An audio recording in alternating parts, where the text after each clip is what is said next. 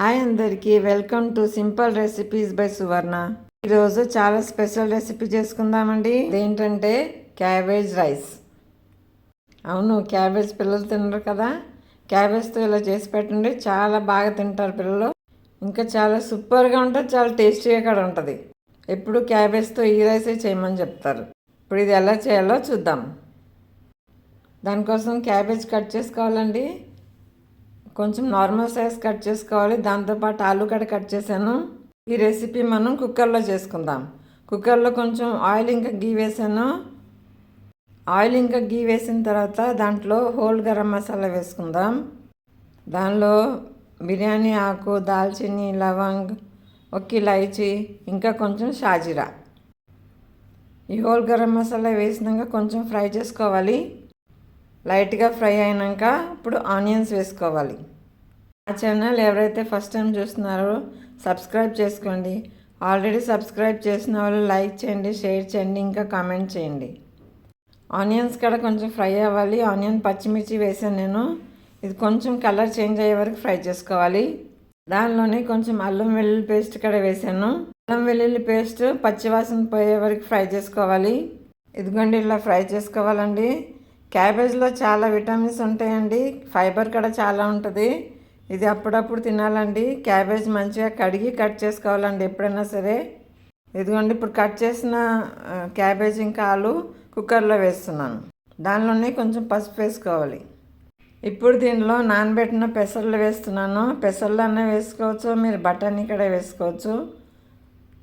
ఇంకా మీకు ఏ వెజిటేబుల్స్ కావాలంటే ఆ వెజిటేబుల్స్ వేసుకోవచ్చు అండి. క్యారెట్ కూడా వేసుకోవచ్చు. ఇప్పుడు ఇవన్నీ వేసినాక కొంచెం పెరుగు వేసాను. పెరుగు వేస్తే రైస్కి మాయిశ్చర్ ఇస్తుందండి, ఇంకా టేస్ట్ కూడా బాగుంటుంది. ఇప్పుడు వేసి మొత్తం కొంచెం ఫ్రై చేసుకోవాలి. పచ్చివాసన పోయే వరకు ఫ్రై చేయాలి.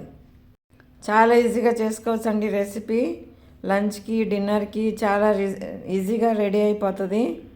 పిల్లలకి లంచ్ బాక్స్ కూడా పెట్టచ్చండి ఈ రైస్.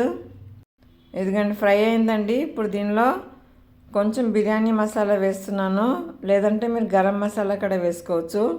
క్యాబేజ్లో కొంచెం స్మెల్ ఉంటుంది కదా, అది పోవటానికి కొంచెం బిర్యానీ మసాలా వేసాను. ఇంకా ఫ్లేవర్ కూడా చాలా బాగుంటుంది. ఇప్పుడు ఇదంతా మిక్స్ చేసుకోవాలి మంచిగా. ఇప్పుడు మనం రైస్ వేసుకోవాలి. దీంట్లో ఆల్రెడీ నేను రైస్ నానబెట్టానండి. 1.5 గ్లాస్ రైస్ నానబెట్టాను. దానిలో 3 గ్లాస్ వాటర్ వేసి నానబెట్టుకున్నాను. ఇప్పుడు ఇది మొత్తం నేను కుక్కర్లో వేసేస్తున్నాను. ఇప్పుడు ఇందులో కొంచెం సాల్ట్ వేసుకోవాలి. మనకు టేస్ట్ తగ్గట్టు సాల్ట్, ఇంకా టమాటో, ఇంకా పచ్చిమిర్చి కూడా వేసాను. ఇక్కడ మీ దగ్గర కొత్తిమీర ఉంటే కొత్తిమీర కూడా వేసుకోవచ్చు. ఇదిగోండి, మొత్తం వేసినాక మళ్ళీ మిక్స్ చేసుకోవాలండి. మిక్స్ చేసుకుని ఒకసారి సాల్ట్ చెక్ చేసుకోండి, సాల్ట్ సరిపోయిందా లేదని. ఇప్పుడు కుక్కర్ మీద మూత పెట్టి 3 విజిల్స్ వచ్చే వరకు ఉడికించుకోవాలి. 2 విజిల్స్ కూడా సరిపోద్దండి. నేను పెసర్లు నానబెట్టకుండా వేసాను, ఎక్కువసేపు నానబెట్టలేదు. అందుకని 3 విజిల్స్ పెట్టే వరకు ఉడికించుకున్నాను. చూడండి ఎంత పొడి పొడిగా వచ్చిందో రైస్. ఇంకా మనకి క్యాబేజ్ స్మెల్ కూడా ఉండదండి, చాలా బాగుంటుంది. బిర్యానీ స్మెల్ వస్తుంది ఇప్పుడు నాకు. ఇప్పుడు ఈ రైస్ని సర్వ్ చేసుకుందాం. చాలా టేస్టీగా, యమ్మీగా మన క్యాబేజ్ రైస్ రెడీ అయిపోయిందండి. దీనిలో పెరుగు కంపల్సరీ వేయాలండి, పెరుగుతోనే టేస్ట్ వస్తుంది. ఇదిగోండి, యమ్మీ క్యాబేజ్ రైస్ రెడీ. మీ పిల్లలు క్యాబేజ్ తినిపోతే ఇలా చేసి పెట్టండి. క్యాబేజ్ కూడా చాలా హెల్త్కి మంచిదండి. బఠానీలు కూడా వేసుకోవచ్చు, క్యారెట్ కూడా వేసుకోవచ్చు. మీకు ఏ వెజిటేబుల్స్ కావాలంటే ఆ వెజిటేబుల్స్ వేసుకోవచ్చు దీంట్లో. నచ్చిందా మీకు? నచ్చితే లైక్ చేయండి, షేర్ చేయండి, ఇంకా కామెంట్ చేయండి. నాకు సబ్స్క్రైబ్ చేసుకున్న వాళ్ళకి అందరికీ థ్యాంక్స్ అండి. ఇలాగే సపోర్ట్ చేయండి నన్ను. ఇంకా కొత్త వెరైటీస్తో మీ ముందుకు వస్తాను. Thank you for watching. Please like, share and subscribe. ఇంకా ఈ రెసిపీకి కర్రీ కూడా అవసరం లేదండి, రైతాతో తినొచ్చు, చాలా టేస్టీగా ఉంటుంది.